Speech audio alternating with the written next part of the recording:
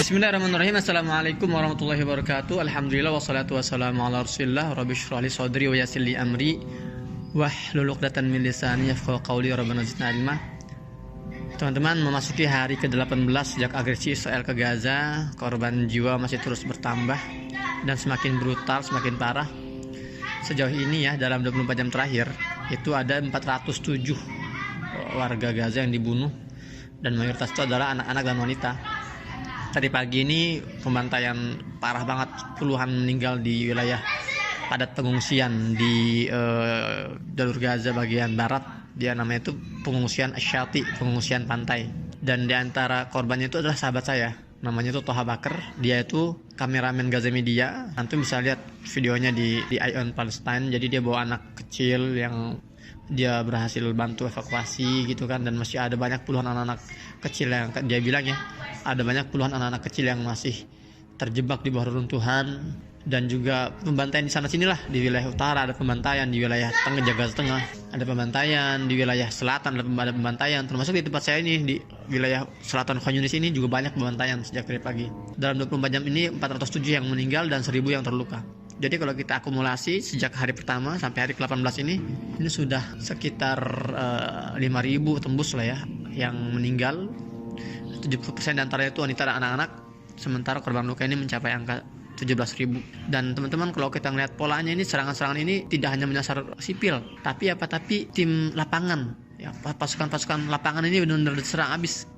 Seperti misalnya petugas ambulan ini, ya Allah, 65 tim medis, petugas ambulan, perawat, dokter itu sudah banyak dibunuhi oleh mereka. Contohnya di Rumah Sakit Ashifa itu ada satu dokter yang sangat terkenal ya di Gaza ini, dia itu spesialis luka bakar. Dan kita tahu dalam kondisi seperti ini tuh pasien yang paling banyak ditemukan itu adalah pasien luka bakar ya, karena kan bom itu kan menghasilkan luka bakar yang sangat masif terhadap para korbannya.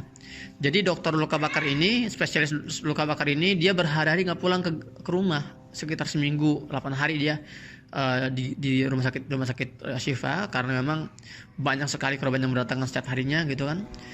Satu hari dia pulang sebentar untuk melihat keluarganya di rumah, bagaimana kondisi keluarganya gitu kan.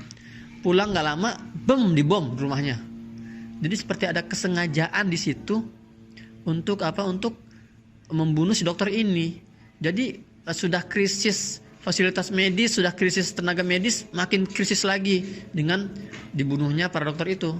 Tadi malam tim evakuasi juga ada yang dibunuh, ya ada yang dibom gitu kan, mobil dibom dan beberapa luka, ada beberapa meninggal. Dan kita tahu proses evakuasi korban ini nggak gampang teman-teman. Jadi bayangin, satu tower yang berisi 12-14 apartemen itu jatuh, dan mereka harus mengevakuasi korban-korban itu dengan peralatan seadanya. Jadi dibutuhkan banyak tim evakuasi, dan dari hari ke hari itu beberapa tim evakuasi itu malah dibombardir, malah dibunuh oleh penjajah untuk mempersulit proses evakuasi. Belum juga kita bicara jurnalis ya, para jurnalis sudah hampir 20 yang dibunuh itu sampai sekarang itu kan. Ini ada usaha indikasi ke arah genosida massal dan menutup akses dari semua hal. Akses medis berusaha dihambat, akses komunikasi dihambat, akses logistik juga pasti itu dihambat. Dan ya sayang sekali lagi, dunia hanya bisa menonton, melihat pembantaian di depan mata ini, di depan miliaran pasang mata ini. Satu kasus nih, tadi malam itu contohnya di Rumah Sakit Indonesia di wilayah utara itu sempat mati total karena nggak ada bahan bakar. Dan kemarin saya baca berita itu, beberapa dokter itu melakukan operasi bedah dengan menggunakan cahaya smartphone. Jadi karena nggak ada listrik, terpaksa mereka menggunakan cahaya smartphone. Karena memang sudah nggak ada bahan bakar di Gaza ini, sudah nggak ada lagi pasokan bahan bakar. Intinya kalau punya mobil di Gaza ini nggak bisa gerak, ya karena mobil bensin itu sudah habis. Tinggal ada beberapa solar, itu pun sangat langka solar di Gaza ini. Jadi bayangkan coba, rumah sakit mana di dunia ini yang membedah pasiennya dengan bermodalkan flash smartphone. Bukan cuma itu doang, banyak puluhan korban luka di Gaza ini. Bayangkan, korban luka anak-anak dan wanita itu dioperasi bedah tanpa menggunakan anestesi, tanpa menggunakan obat bius. Ya Allah, itu gimana coba bayangkan. Harus digores lukanya, harus dipotong bagian kulitnya, bagian dagingnya tanpa dibius. Kenapa? Karena emang sudah kekurangan obat bius. Dan kalau kemarin misalnya sempat euforia, ada 20 truk masuk ke Gaza. Teman-teman, di Gaza ini kondisi harian sebelum ada agresi ya, tapi di blokade nih.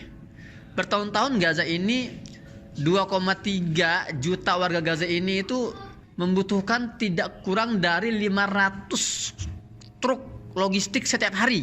Sekali lagi, dalam kondisi normal, kondisi blokade normal, nggak ada agresi, per hari itu warga Gaza ini membutuhkan 500 truk logistik untuk memenuhi kebutuhan minimum warga Gaza. Jadi 500 truk itu juga sebetulnya nggak bisa maksimal karena itulah kebijakan blokade Israel ke Gaza.